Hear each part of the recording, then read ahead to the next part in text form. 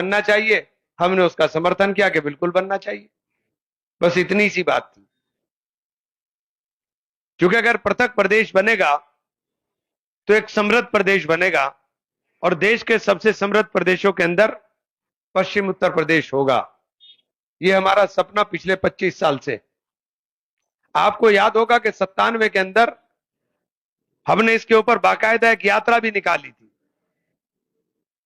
और तब हमने ये यात्रा निकाली थी कि हम लोग हरित प्रदेश बनाने का काम करेंगे।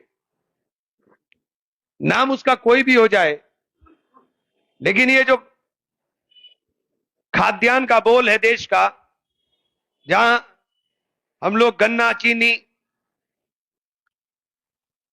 फल फ्रूट, धान, गेहूं और सब्जी की पैदावार करने वाला तबका सबसे ज्यादा रहता है, और टोटल जो रेवेन्यू का, जो उत्तर प्रदेश के अंदर रेवेन्यू जाता है, उसका 70% से ज्यादा हम लोग देने का काम करते हैं। उसके सापेक्ष हमें प्राप्त कुछ नहीं होता। पूरे पश्चिम उत्तर प्रदेश में नरौरा तापीय बिजली घर को छोड़ करके कोई बिजली का कारखाना तक नहीं है। इसलिए हम लोग कहते हैं कि हमारा प्रदेश बने और आत्मनिर्भर प्रदेश बने। अब उसको लेकर के सरकार को लगता है कि हम आंदोलन कर रहे हैं, हमारी यात्रा कैंसिल कर दी।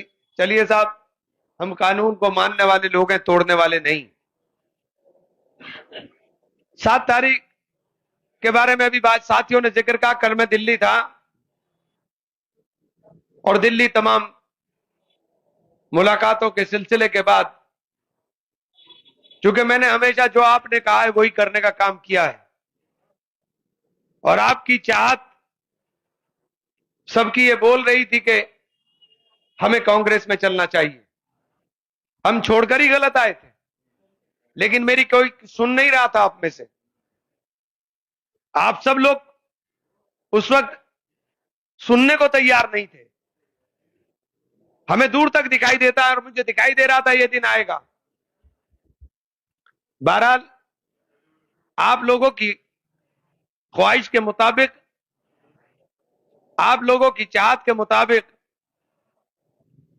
अब 7 तारीख को सब लोग यहां से चलेंगे। हम जो साथी हमारे हैं, सबको मैं कहना चाहता हूं कि सब अपने संसाधनों का, जैसे संदीप ने बताया, सब इंतजाम कर लीजिए, और सुबह 8 साढ़े 8 बजे तक देवबंद टोल प्लाजा पर पहुंच जाएंगे, और देवबंद टोल प्लाजा से वहां बैठा होगा लड़का, एंट्री करा करके सब लोग दिल्ली के लिए कूच करेंगे।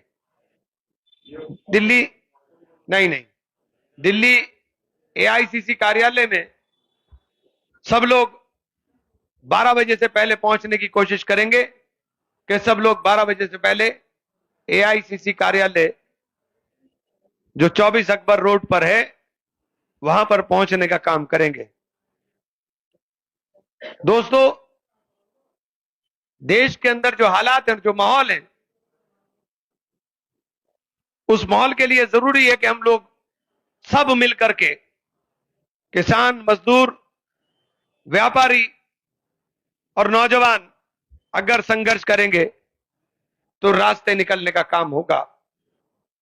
राहुल जी ने भारत जोड़ो यात्रा जब की, तो एक माहौल के अंदर परिवर्तन आया, और ये इंडिया गठबंधन बना।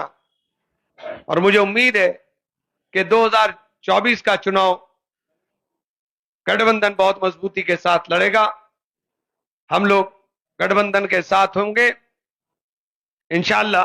सब लोगों से मैं गुजारिश करना चाहता हूं कि आप सब लोग अपनी तैयारी कर लें, और 7 तारीख को ज्वाइन के बाद जो भी फैसला होगा, इंशाअल्लाह हम लोग उस फैसले को आगे आपको बताने का भी काम करेंगे, और उसी के हिसाब से चलने का भी काम करेंगे।